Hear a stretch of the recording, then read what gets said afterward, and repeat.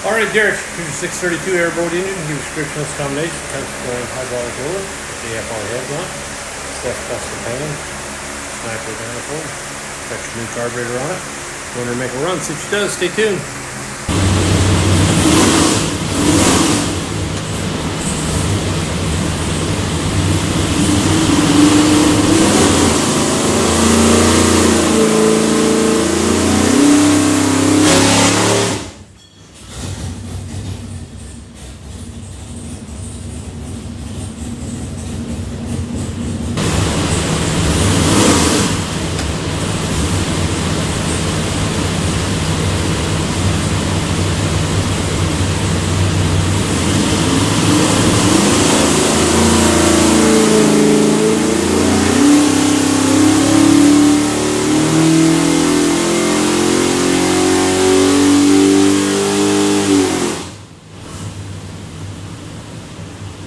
Okie doke, 3,200, 798 foot-pounds of torque, peak torque 831, peak torque power 799. Everything's good. We'll go down, pull the pipe back, make sure it's good and clean for you.